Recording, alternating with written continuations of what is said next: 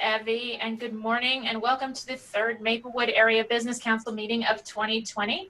My name is Shannon Watson. I'm the Director of Public Affairs with the St. Paul Area Chamber of Commerce. Good morning, everybody. I'm Jeff Thompson. I'm the Community Development Director for the City of Maplewood. And I also like to thank you for joining us today. And I know I'm missing our regular meetings of the Maplewood Area Business Council in person in the community center, but I appreciate you joining us on Zoom today for this meeting. Yeah, Jeff, I absolutely miss seeing everybody in person. And if we're being honest, I think I also miss the donuts. So, but we'll do what we can to adapt and meet remotely. Since it is harder to network in this format, I'll do a quick shout out from our registration list. We have participants from the Humphrey School of Public Affairs, SMX Staffing at Pentair, Ramsey County, that's Commissioner Reinhardt, welcome, School District 622, St. Paul Port Authority, North Hennepin Community College, Real Time Talent, Hmong 18 Clan Council, the Horton Group, Minnesota Department of Labor and Industry, McGough Construction, another one from the state, Highway Federal Credit Union, and the Statement Earrings. So we've got a good, well-rounded group this morning. Welcome, everybody. Well, that's great. Again, welcome, everybody. One thing that we haven't changed is there is still a Twitter hashtag for this meeting, which is the hashtag Maplewood Area Business Council. And if you have any questions for the panelists, you can use the question button on the bottom of your screen to type it in, and we'll get to those questions as we go. So with that, it's my pleasure to introduce Mark Hodanowick from Highway Federal Credit Union to introduce our panelists today. Oh, Jeff, you're on, or Mark, you're on mute.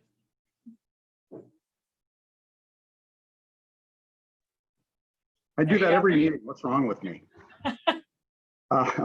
Thanks, Jeff. No, on behalf of everybody at Highway Federal Credit Union, we appreciate, or I appreciate being here this morning. And we have a great meeting ahead of us this morning. So without further ado, please help me welcome our panelists. Our speakers today are Ling Becker from Ramsey County, Ben Baglio from the state of Minnesota, and Christine Tucciosorio from School District 622. Welcome to you all. Yay. Thank you. Thanks, Mark. For our panelists, I think we'd like to start by having each of you introduce yourself and tell us a little about the job that you do. So let's take that in alphabetical order. So that means, Ben, you're up. It's been happening since I was a kid. Hi, everybody. My name is Ben Baglio. I'm the director of the Governor's Workforce Development Board, or the GWDB, which is Minnesota's federally required state workforce development board. So I'll have been in my role. Next week, it'll be a year. So I'm still learning the ropes a little bit. I think, in this role, I support this administration and their efforts really to create a more equitable workforce.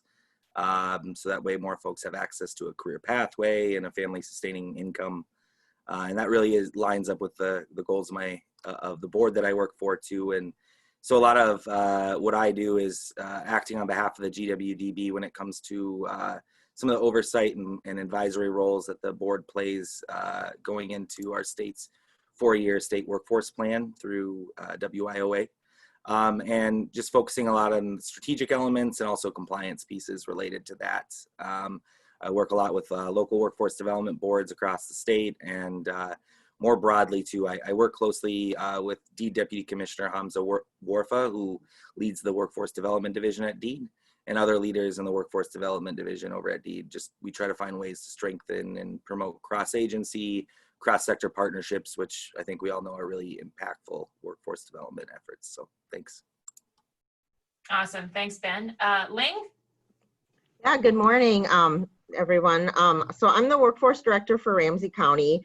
I actually wear several different hats. Our department has 80 employees, and we provide the direct employment guidance support to residents in Ramsey County, as well as supporting our businesses.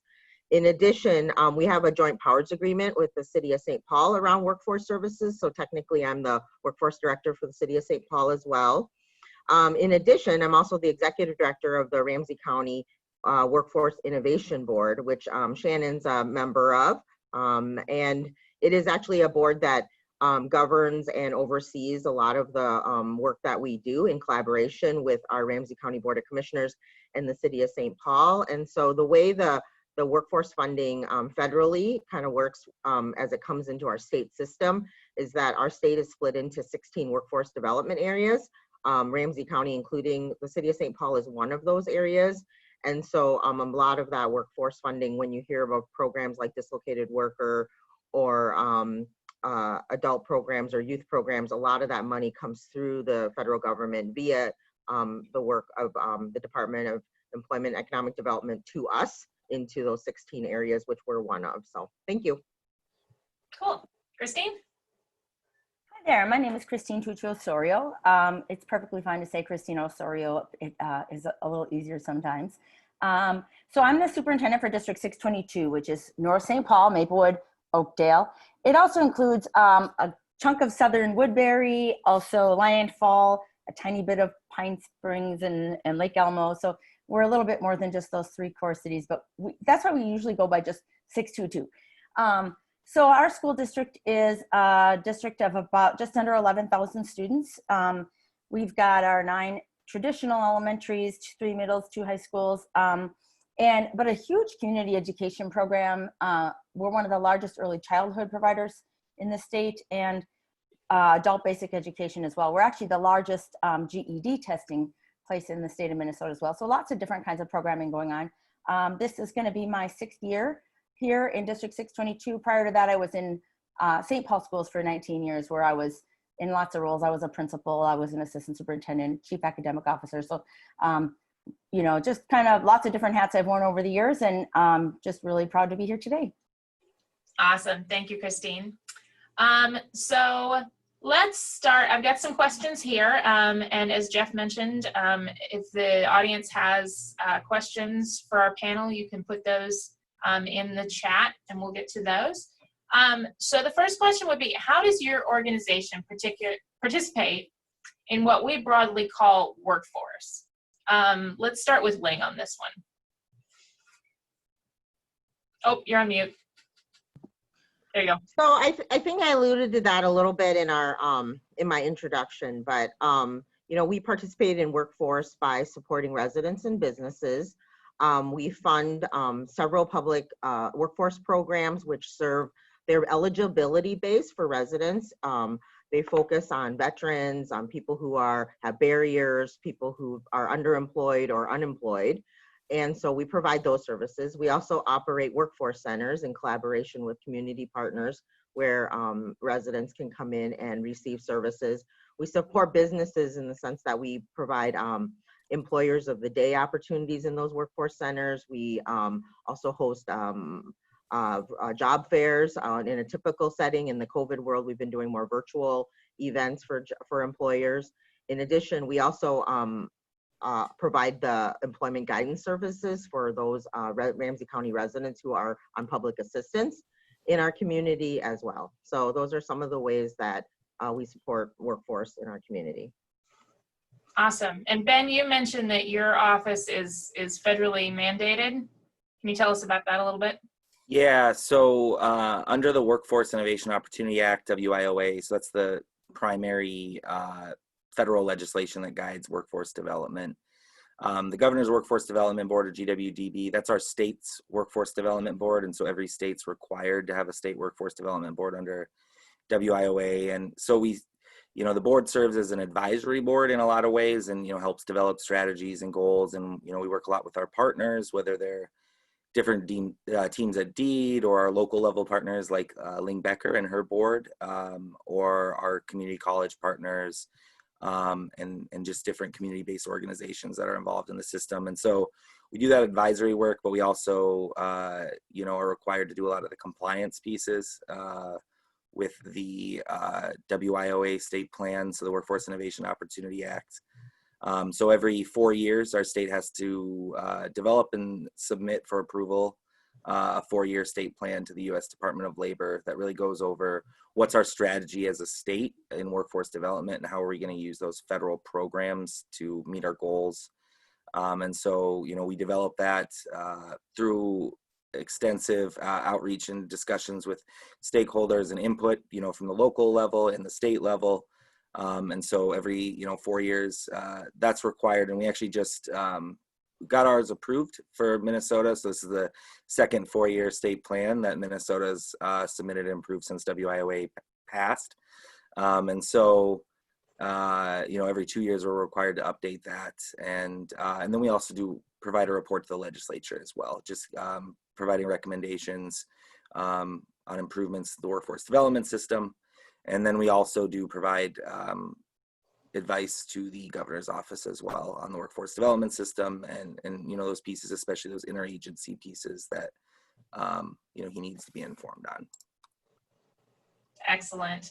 Christine, I imagine that people don't generally think about workforce when they're thinking about K-12 education, but I think you'd think differently. Absolutely. This is a very hot topic in K-12 education, or as we say, pre-K-12 education. The pre-K always reminds me we're pre-K too, and it's true. So we have a number of different avenues for us. I'll start with just our adult basic education program. So I already mentioned a little bit about GED testing, but we do a lot of career pathways work as well. So not only can adults come to us for some basic skill brush up, there are citizenship resources, classes they can take, that sort of thing. But we also offer training in IT careers, getting people a heads up and getting Microsoft certification, things like that in our Adult Basic Education Center. We even offer entry-level support and classes to get into entry-level positions in the healthcare. So if somebody wants to become a home health aide, a certified nursing assistant, even an LPN, we get them started on some of those initial coursework to get them some of those early certifications and helping them with that. That's in our Adult Basic Education program. Additionally, we also give people training for how to become a paraprofessional. As you know, we hire paraprofessionals often, so we love helping people get certified to be paraprofessionals. So we offer classes and certification in that as well. And another area I'll just quick mention, there's a shortage of school bus drivers, not only in our district, but around the state of Minnesota. And so we started offering courses, and if even people who don't even have a CDL, a commercial driver's license, we train you. Come if you're interested. We get you started. We train you and help you get certified to get with a CDL license, and then offer you jobs for bus drivers. And those are some fairly decent paying jobs, often with benefits if you're full-time. So that's a great opportunity as well. So that's a little bit about our adult basic ed. And whenever we see a new need or a new area, we jump on it. So the other thing I would mention is just in our high school and even middle school pathways. And this is pretty typical of school districts everywhere. Everyone's trying to work on how do we get kids into some career pathways earlier. The world is really changing. In other countries, kids by the time they're in secondary school are already on career pathways and getting certifications. And it's changing in the United States too. And so giving kids a leg up into areas of interest without tracking. I think one of the things that happened maybe 20 years ago was kids would get tracked, into the industrial arts or, and you're college bound. So it's about really making sure we do not do that. But where we can give kids certifications in school. We've got students who every year collaborate together at the beginning of the year to the end of the year and build a house every year in North St. Paul. So there's construction training, and the kids literally from the day they do the groundbreaking to the day they put the house on the market, build that during their school day. We've got students in engineering and manufacturing courses. Human services, we're definitely trying to grow our own teachers. We work with a lot of our paraprofessionals to get them on a teaching track, but we're even reaching into high school to get students, particularly students of color, to get into the education world. And we're offering classes as well. We're very big into the business world. DECA and BPA are two of the big clubs where students can compete statewide, and our students often end up nationally competing to get business skills. Obviously, we're looking at the medical field. Our goal is if you're interested in medical, there's no reason you shouldn't graduate high school, at least being a, certified, there's ways you can become a certified first responder with some early training, even while still in high school. So we're really working all the time at ways to do that. Getting kids into the trades, there's a lot of options for kids, maybe who do not want to go to college. They want to do a short year or two stint with trade schools. and they're very high paying. We know a welder can often earn more than a teacher. So we want to make sure kids know about all these opportunities. So we do host job fairs. We have job coaches at both of our high schools who actually work with students getting jobs, internships, and getting on career pathways early on. So we're really working to expand that. You're absolutely in it. So we want to sort of talk, the world changed quite a bit in the last several months, and everybody kind of had to throw the brakes on. So Christine, let's start with you. So in your work, what was the biggest challenge in regards to COVID? Oh my gosh, to even think about it, take a 200-year-old education system and change the delivery model. I mean, that was just an unbelievably challenging event. We at first, we're not a district that had a one-to-one device situation, so we had to work really hard. Thankfully, 3M stepped up and really helped us close the digital divide and gave us $450,000 to help us buy devices because we didn't have them for elementary school students. And so really working on, it's just been a lot of training, collaboration.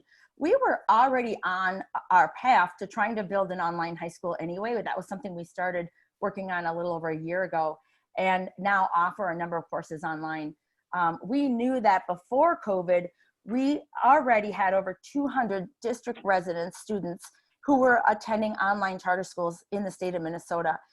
And our dream has been to get them back connected to our school district so that if they are in an online setting, they can still be part of our clubs, activities, sports, if they're our own students. So we're working to try to build and diversify our high school course catalog anyway. So I would say a handful of our teachers had a leg up because they were already in that world already, but it was a big, big change for everybody. And I think just trying to figure out how do you deliver this, and so many lessons learned. And of course, right now we're in this limbo state, trying to figure out how we're going to do a better job if we have to do that same thing coming forward into the fall. Yeah. So Ling, I know you were on the front lines of the county putting all these teams together and a response together. What was it like from your perspective? Oh, it was just a whirlwind, honestly. Those middle weeks at the end of March, like Christine was saying, very challenging. One, not only because we want to ensure county services didn't have an interruption to all the residents that have needs, but also we are a large employer too, right? And we need to ensure that our staff are safe and that they feel comfortable working in their work settings as well. So our county kind of muddled through with a few days where we were trying to figure out what we were going to do. And then the county manager made a decision to sort of close the doors for just a very short period of time and gave our departments a directive to figure out a new redesign model within a series of, I would say it was less than a week. And then we reopened the doors again with a new model. And that allowed us to rethink about how we could redeliver services to ensure that folks could ensure that they were going to get services as they needed. And so we stood up new phone lines to ensure that people could receive services via phone. We added more counselors to be able to do that one-on-one support. We also had many trainings that were partway through that had to pivot. We had partnerships with St. Paul College, with different other community partners. Some of those went on pause until we could sort of figure out what we were going to do next. But truly, it was a case where we had to keep people moving along. So there was one example, we were in a partnership with the St. Paul Fire Department around an EMS program. They took about a couple-week break. They moved to a virtual format. We got more supports, ensured that they were, people got more one-on-one mentoring. And we're happy to say that, all the folks that were enrolled in that program ended up graduating. And so, it was a lot of high touch in terms of just pivoting the things that were actively in motion. Then the biggest challenge became, how do we keep services moving along and move to, how do we have virtual job fairs? How do we ensure people can get resume reviews, right? Because what we found now is 85,000 Ramsey County residents have applied for unemployment since March 16th. That is 30% of our county's labor force. And so really COVID, while COVID was happening, we had to make sure that people were getting the information and services that they needed. A lot of that information was unemployment insurance information. And while the county is not the provider of unemployment insurance, we were a conduit to helping support deed and route people with their questions and information that they needed. And I do want to say to Ben and his team, I know it's not directly his team, but the folks at Deed did a phenomenal job with the unprecedented demand for unemployment at that critical time. So yeah, so that's kind of what our challenges were. Yeah, absolutely. Ben, I imagine there were a lot of people in your department beyond just Commissioner Grove who, you know, came in to do a job and thought they were going to do a certain job and then had to become unemployment insurance, you know, experts overnight. And that 30% of Ramsey County residents being on unemployment, was that, I'm sort of tossing you a question here that you might not know the answer to, but is that pretty consistent, or is Ramsey County sort of an outlier? You know, I'm not totally sure on the county breakdown. I mean, I think it's definitely this pandemic, when you look at the trends, it's impacted certain communities and populations and even geographic areas differently. And so I think that's been a challenge too, when we look at some of those equity issues that exist in workforce development. This has only heightened those. I think for a lot of communities, it's definitely disproportionately impacted certain communities who tend to work in lower wage jobs. And so some of those issues that we've seen throughout workforce development, I think this has really, you know, heightened some of those disparities a bit. And, you know, I think we just, you know, the broader challenges, I guess, you know, like everybody else on here, is just kind of learning to adapt to that virtual world on my end. And, you know, serving a board, you know, I've got a lot of amazing board members who have a lot of things to share, especially from outside the private sector in the private sector outside of government.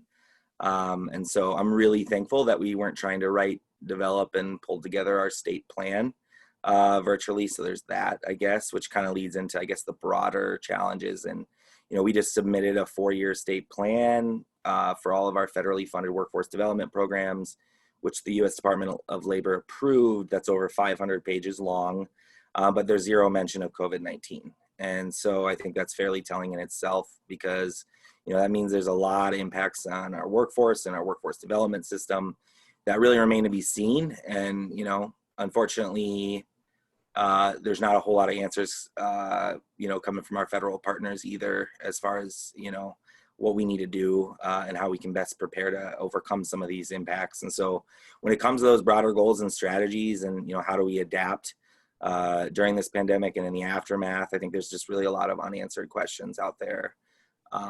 You know, we've seen federal stimulus dollars coming in and, you know, being specifically allocated for workforce development. But really those strategies and initiatives that's going to take to overcome this are going to have to come from our state, regional, and local partners. And so our state, regional, and local plans are all going to be impacted by this pandemic. And, you know, I know there's going to be fiscal impacts that we don't even know, especially, you know, when it comes to our federal program funding. So really there's a lot of questions out there and not a whole lot of answers, particularly from the feds. So I think a lot remains to be seen. I think that's a challenge in itself, especially when you're trying to, you know, operate based on some strategies and some goals, and trying to be nimble while also keeping your eye on those big goals. You know, it's tough. Mm-hmm. That's a good point. So Ling, I'm going to go back to you.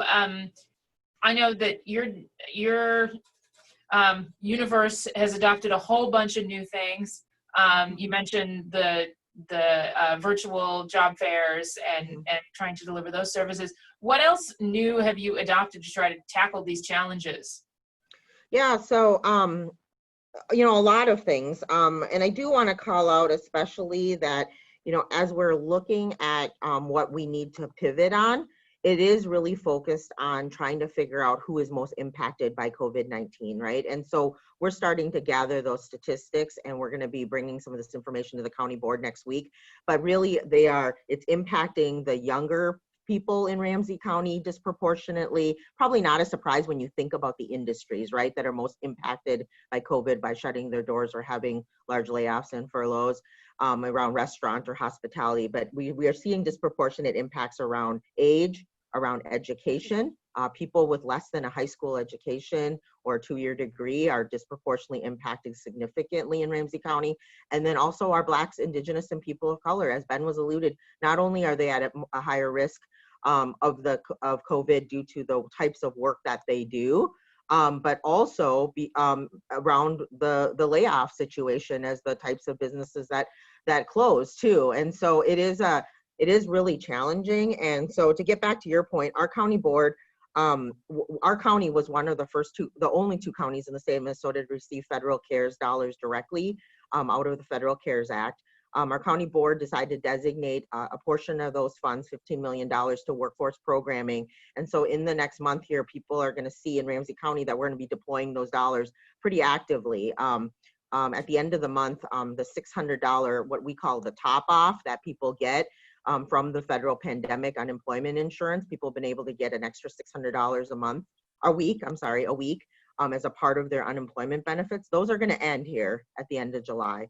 And so what people are going to see in Ramsey County, and also in particular in Maplewood, at the Maplewood Library, is we are going to be standing up additional community career labs that people can go and receive workforce services and use computers, get help on their resumes, connect to training programs, because this is really the area that I think we need to pivot around most. And I think it'd be interesting to hear what Ben would have to say about this too, because I know they've done some work. But I mean, while people are kind of on the sidelines right now, trying to figure out what they're going to do next, what a great time it is to reskill and retrain and do something so that you enter back into the workforce at a higher strata, perhaps, than where you started, right? I mean, that's been my big thing. Like, if people, we're going to have the pain of a 30% unemployment rate. Let's not let this pandemic go to waste where folks are not reskilling and retooling. And that's where the alignment with business associations and with the chambers is so key. Because as Christine was alluding to, you know, even at the high school level, we need to align what are those growth industries, what are the skills, the digital skills in particular, the technology skills, right? That's what COVID has really taught us, is that to bring out to light that restaurants aren't going to look the same, retail's not going to look the same, healthcare is not going to look the same. How can we take people who are working in those roles and train them in a way that they can enter back into the job market, into a more higher paying, more viable and secure job post COVID, or if the COVID continues. So yeah, we've been doing a lot of thinking around, you know, working with labor market statistics, working with our business partners, trying to think of what are those short-term trainings that really could benefit residents and businesses, really, as we think about the next, you know, the new normal. I know you're not quite at that part of the questions, but that's like the most exciting part. So right.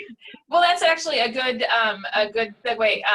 Ben, the state has a partnership with Coursera. You want to tell people about that? Which I think is fabulous. I've signed up for it myself. Cool. Yeah. So I'm overseeing this initiative too, so it's been pretty exciting. It's at Deed, so you maybe have already heard about it. We just recently launched this partnership with Coursera, Coursera, if you're not familiar. So right now, if you're a worker, a business owner, a student, someone that's lost their job during this pandemic, any Minnesotan can access almost 4,000 online courses from over 2,000 universities and businesses from around the world on the Coursera learning platform. So this includes, you know, there are a lot of certificates that you can earn for completing courses, and also 13 different professional certificates that are on the mobile-friendly platform.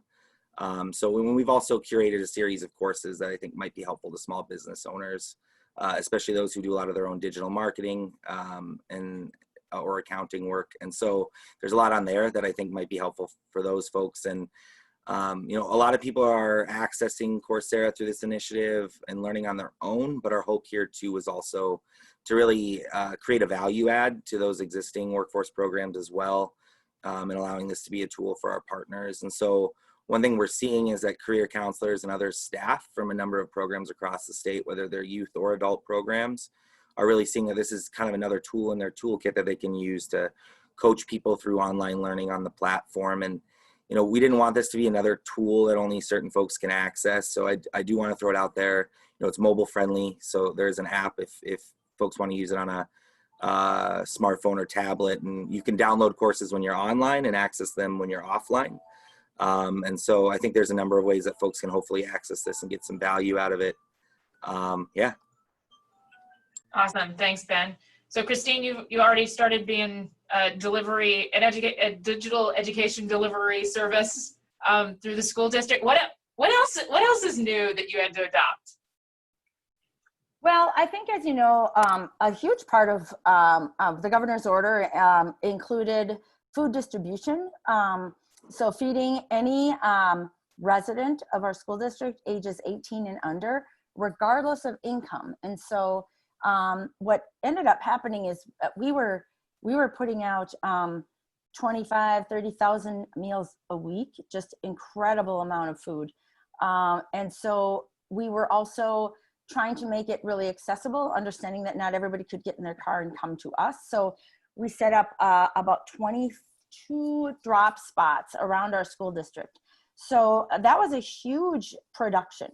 At first we were doing daily meals, and then we got a little wiser and started doing weekly meals, so that the delivery time could be cut down a little bit. So that was quite an effort in production. Our nutrition services staff was above and beyond, and many other staff who normally don't work in nutrition programming and transportation were a big part of that effort. So huge food distribution happening. And of course, trying to work out, because just, I think it was Ling who said, we got to keep our workers safe too. So trying to work out all the different reasons and ways we could protect our own employees who are on the front lines. And especially during those early days of COVID, people were very afraid, very afraid. It was just such a scary time because it was so unknown. And then at the same time, we also were a childcare provider, and still are, for essential workers. So even though schools closed and everybody was staying at home, we still were, serving probably 50 to 60 students a day in our childcare program. So that people on the front lines, healthcare workers, others could be able to go to work. So we were doing a lot of childcare programming as well. So that was a big shift too, to try to figure out logistics about all of that, how to keep people healthy and safe. So that's been a big piece of it too. And like I said, just trying to figure out how do we best meet the needs of everybody. As you know, and I think it's true anywhere, we're really worried about the achievement gap, or as we like to say, the opportunity gap, growing. In education, there's always something called a summer slide, particularly students in poverty who maybe have less access to educational experiences in the summertime. There's a slide, there's a dip. If you take, for example, a second grader who's learning to read, and their reading levels at a certain level in May, the data usually shows that they're higher poverty, less exposure to some of those enriching activities, come back in September and their reading score has slipped a little bit. Whereas students who, have more experiences, they spend their summers going to camps at the Science Museum and all kinds of things, they come back in September and their reading scores actually gone up over the summer. So we all know about the summer slide in education, and we're really worried about a summer slide on top of a COVID slide. And I think that's just a really big concern. And I think that's one of the greatest challenges of how do we handle education in the fall. And so just trying to do a lot of research on how do we do a better job if we do have to do distance learning, if we have to do a hybrid model where students are in person and not. A lot of summer, we had the option, the state put out an option in summer school to be able to do in-person summer school or continue with just distance learning. And we opted to do both. We felt so important to bring in some of our younger learners, our special needs learners, to have in-person time. So I think we're one of the very few I know of who actually are bringing kids in right now. In fact, we were featured on WCCO a couple days ago because we had summer school programming going on. But we're just trying to definitely meet the needs of our learners. And I think, as both of others have said, trying to figure out who's most impacted and affected by the COVID crisis. Major concerns with internet access in our communities. And if you don't know our school district, our demographics are quite, we're very much higher poverty than our neighboring school districts other than St. Paul. Our demographics, if you took the pie chart and set it right next to Minneapolis Public Schools, we're identical, almost identical. We're 64% students of color, and just over about 55% students qualifying for free and reduced price lunch. Very different than our neighbors, Matamidi, White Bear Lake, Stillwater, South Washington County Schools. So, and I think something that's important too is in Ramsey County, there is more homelessness in suburban Ramsey County than urban Ramsey County. So think about that.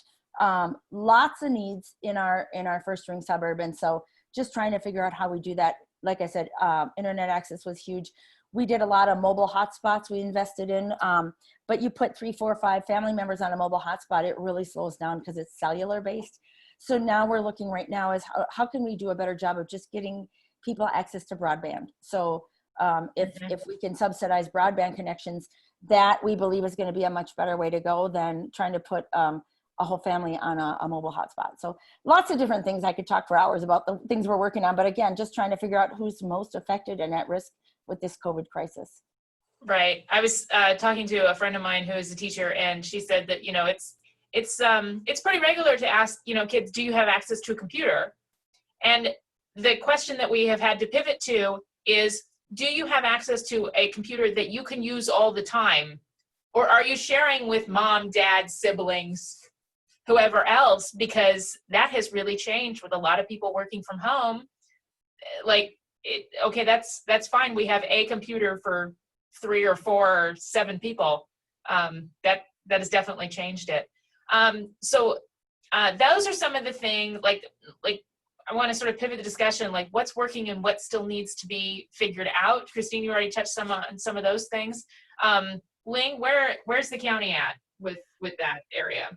It's just amazing to listen to Christine, because I feel like a lot of the themes that she's talking about just look a little bit differently in my world, but right, that they're the exact same themes that we have extreme concern about, right? When she's talking about the COVID slide, love that term. Maybe I'll have to steal it somewhere. But we're concerned about, we already have huge disparities around employment, housing, all kinds of things in Ramsey County when it comes to race, right, and ethnicity. And COVID is one of those things that could make all of these things much worse, right? And so the reason why we are trying to be as thoughtful as we are around who's being most COVID impacted is to ensure that we don't make those gaps even wider as a result of COVID. And so I think that's right on. I mean, we need to understand who's being impacted and to figure out what are those gap fillers that we can put in place to sort of mitigate. I mean, that's kind of, I'm not even trying to think that we can go post-COVID, that something's going to be necessarily better for some of our residents. We're just trying not to make it where they end up in a worse spot right now, really in all reality, right? It's a very trying economy right now. As you know, we have record unemployment. Businesses are really in a lot of uncertainty. I'm sure, Shannon, in the world you're in, I mean, they don't know whether they're open, closed. Are the people who they've laid off, are they furloughed? Are they going to call them back? Is there going to be another closing? Is there going to be another public health crisis? I mean, right. That kind of uncertainty is terrible for small businesses, right? I mean, they can live with that. And then while we're trying to support, the workers as they're trying to navigate that uncertainty, it's really, really challenging. I do think that, Christine talks about a great point when it comes to the digital equity. And I know Ben mentioned the Coursera being mobile friendly and all that, but that is one of the driving factors why we want to open up some of our locations in a socially distant and publicly health safe way. People do need access to computers that our libraries are our career labs can provide. Our libraries are currently operating by a reservation system. Our career labs will be by reservation system. As the public health crisis, if it does not get worse, I would anticipate we want to ensure that more and more people are able to access these things. Another initiative with our CARES dollars is we are going to be providing eligible residents with a potential opportunity to get a refurbished laptop and hotspot if they're participating in some digital literacy training. And so we are just trying to find more and more ways to close this digital equity divide. But I actually think, I'd love to talk to Christine at some point. I mean, I think it's time that our region has a conversation about what coalition needs to get together to really have a more robust conversation about the gap here, because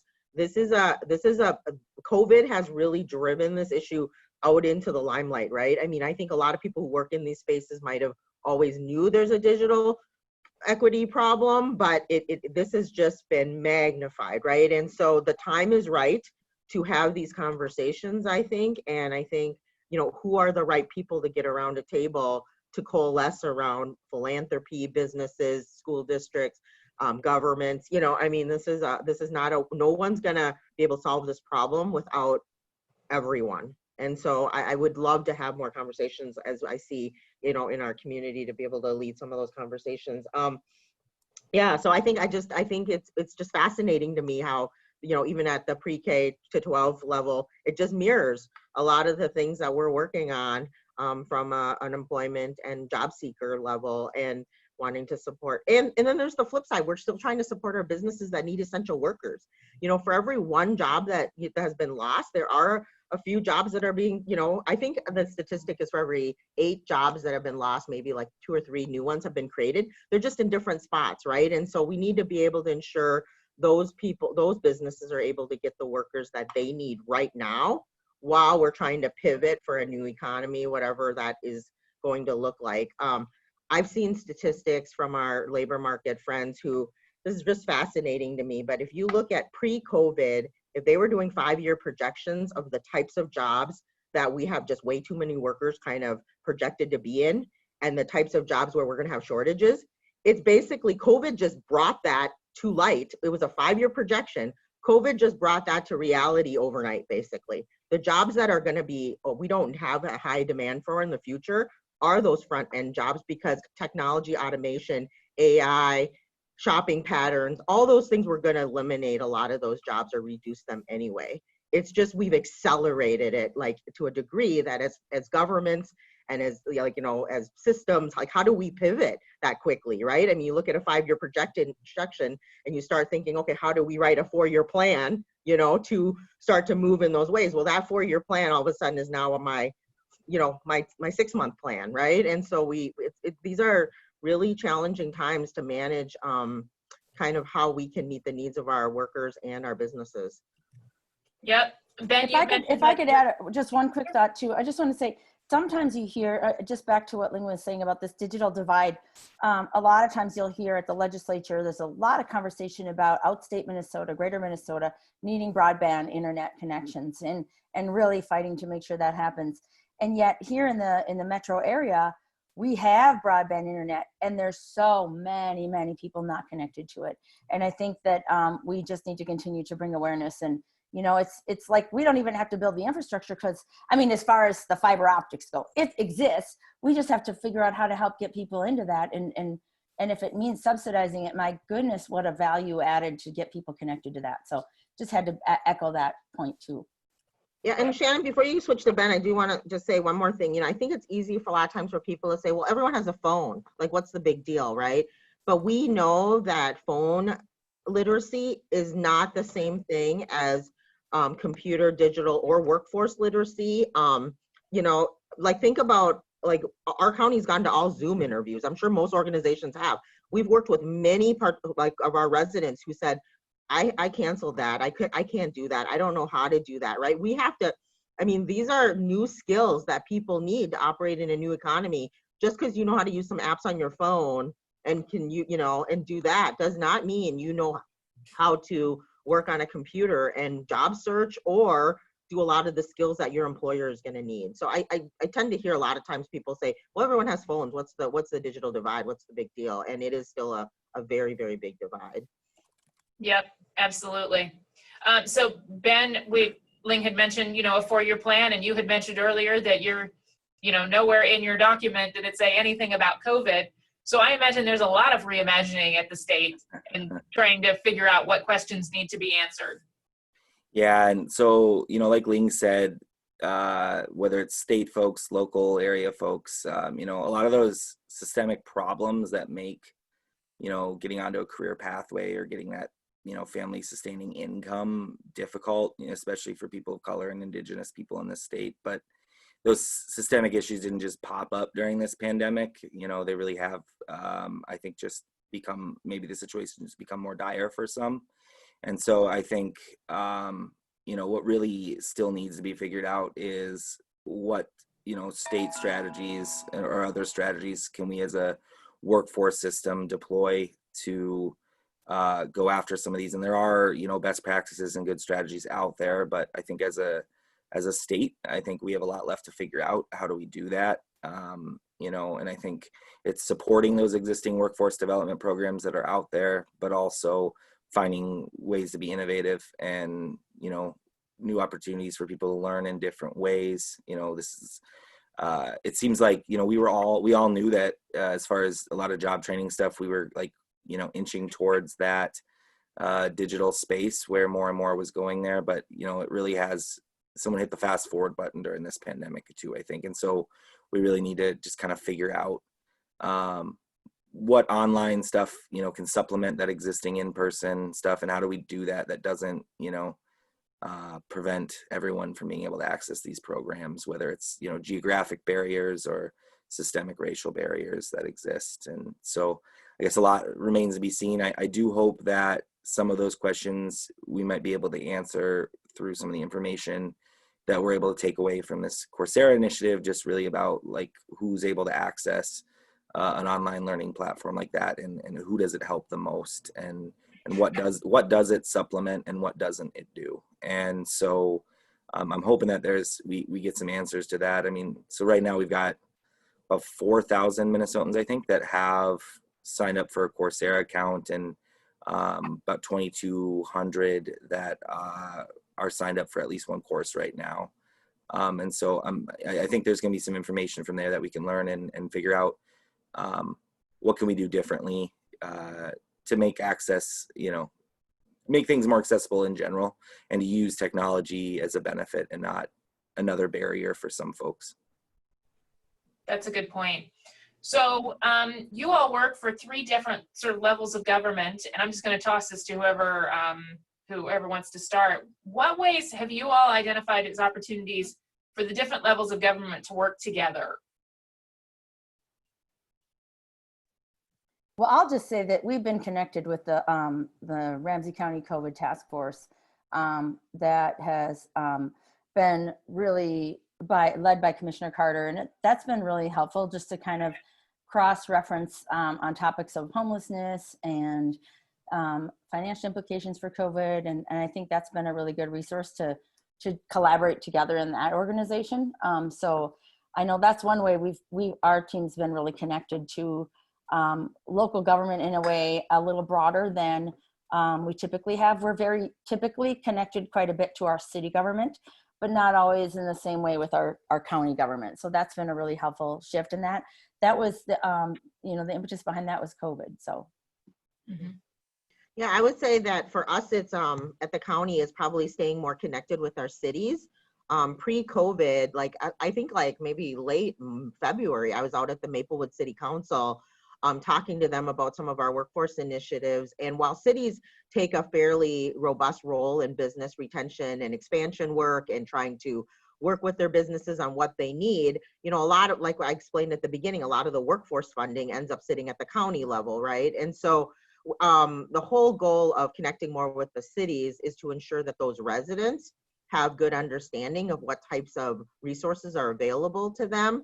And so next week, we're going to be launching a new job board in Ramsey County in partnership with all the cities. And really, it's going to be an opportunity for residents to really connect through their city.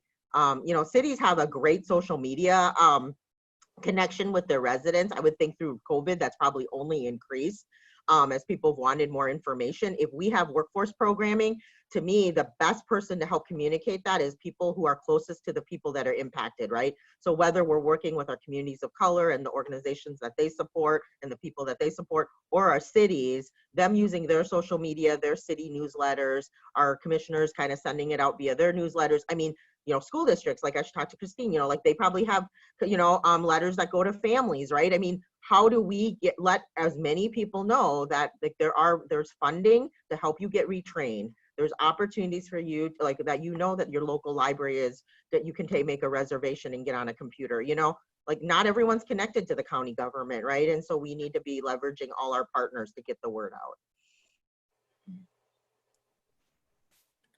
Yeah, so I guess just say a big piece of my job as the director of our state's workforce development board is really to try to promote as much as, is in my ability to do so, any cross-sector and cross-agency collaboration that I can, and to really break down those silos that I think we all know exist across any system of any size. So I think, a lot of the success and effectiveness of our system, it relies on strong partnerships at the local level with folks like Ling and her counterparts. And really, I think at the state level, strengthening those relationships with our local partners, finding new ways to collaborate. I know it's not just a priority of mine, but across the agency. There's a lot of programs in the workforce development system that aren't housed at DEED. DEED is kind of seen as the workforce agency, and, most of the programs are there, but not all of them. So one of my priorities really is to promote more collaboration across the different state agencies and public higher education systems, to just try to find new ways to align our efforts. And I think we'll be doing that in a few ways, and are working on ways to do that, pulling together leaders at different levels from the state agencies involved in workforce development to actually talk strategy and, what programs are serving which people, and where is there duplication, and where's there room for collaboration and supporting each other through those programs. And I'm also part of a working group that's funded through the National Governors Association. So we have folks from the Office of Higher Ed and Minnesota State and University of Minnesota, the Department of Human Services, Department of Labor and Industry, and we're really working on just trying to find ways to promote, interagency collaboration and alignment, and, where do our efforts and our goals and our strategies align, and what could we be doing differently? So that way, one thing that I've learned too, I think, is just that it's not always so easy for a customer to understand where they need to go to get help. And I think, as someone who works in government, should be my job to make that easier for folks. And so really that's a priority of mine. And when someone's just, they don't really care about where their program's funded or how that's funded, they just want help. And so I think anything that we can do to, eliminate confusion, make it easier, accessible, and more transparent for folks, that's a priority of mine. Ling, that seems to be resonating with you a lot. Oh, you're on mute. Yeah, no, I think that's definitely true. The workforce programs are extremely, sometimes the hidden resources. And I think the part of the problem is, we have to have those trusted messengers, whether it's your city, community member, somebody that, an organization out in the community that works with those impacted populations, rather than thinking that, they're going to walk into a county building or look on a county website. I do think some people find us that way, but certainly not everybody. So, yeah, so thank you. Mm-hmm. Awesome. So we've had a lot of change. We've had a lot of challenges in the last couple of months. What sort of good changes have you identified that make you hopeful for however long this is going to last? Because I think we've figured out this isn't a 1 month period where we're going to shut down and then everything's going to go back to normal. Like we talk about the new normal. Like what is the new normal going to be? I was waiting for you to ask this one because I'm so excited about this question. We haven't talked about George Floyd much. We've talked a lot about COVID, but I think what I've seen has happened is that there is a intense commitment right now on behalf of the business community to have more inclusive hiring practices. And to me, that is something we need to embrace right now as a community and work toward. I know the Chamber's done a lot of work in your equity series. I know we're all very passionate about this. I think for a long time, people have talked about, we want to diversify our workforce. We want to diversify our workforce, right? That time has come.